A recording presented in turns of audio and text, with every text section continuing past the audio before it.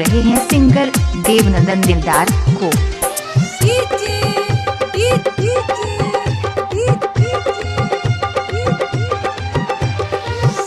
अखन अहाँ सबसे रहल छी माँ तारा म्यूजिक बलवा हाट सहरसा से। देखा पप्पू यादव के हाला चारू ओर हो गइल।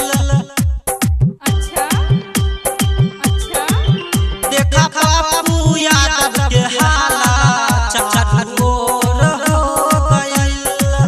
देखा नन्नू यादव के हाला चारू ओर हो गइल।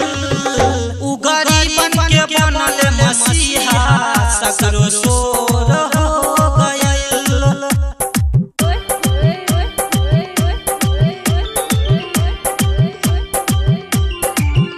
उ गरीबन के बनल मसीहा सगरो सोर हो गइल। देखा डूमर भैया के हाला चारू ओर हो गइल। देखा पप्पू यादव के हाला चारू ओर हो गइल। उ गरीबन के बनल मसीहा सगरो सोर हो गइल। देखा लड्डू यादव के हाला चारू ओर हो गइल।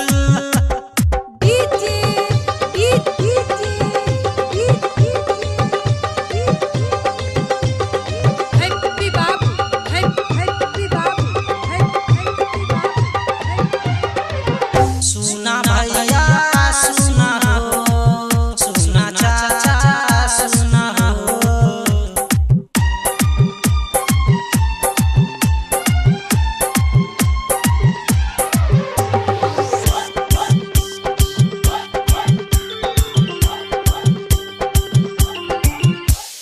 केहू कहेला नेता केहू कहेला भाई हो। युवा शक्ति के नेता गइल बा देश में छाई हो।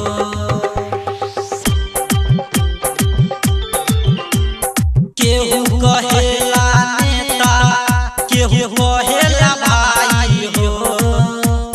युवा शक्ति के नेता गइल बा देश में छाई हो।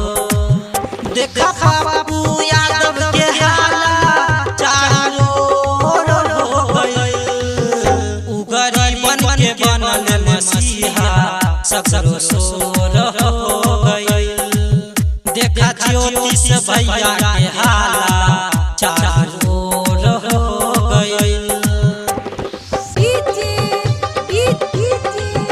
आप सुन रहे हैं सिंगर देवनंदन दिलदार को।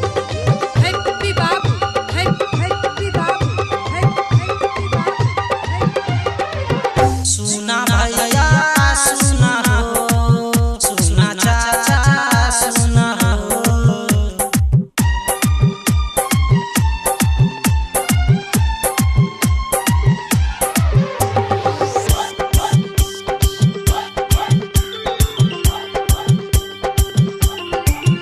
फेसबुक पे डाला फोटो जब खींची के भाई हो। देखी गरीबन नीचे जा जियरा जुझाई हो।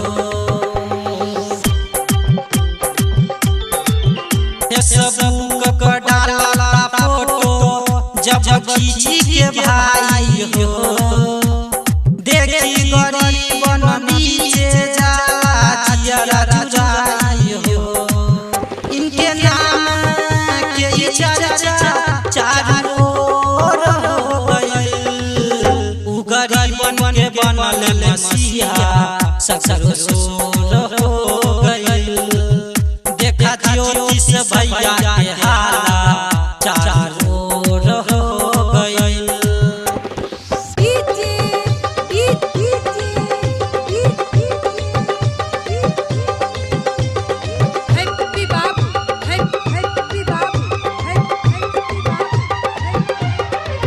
सुना भैया सुना हो, सुना चाचा सुना हो।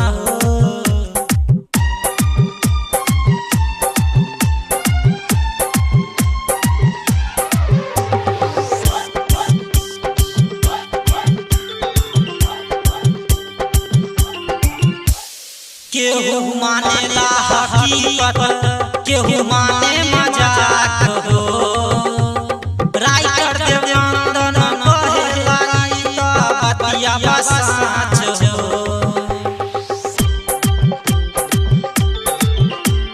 केहू मानेला हकीकत, केहू बुझे मजाक हो।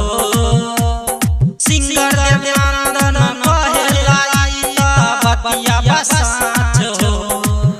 इहे सोची सोची बतिया मन विभोर हो गइल। उ गरीबन के बनल मसीहा सगरो सो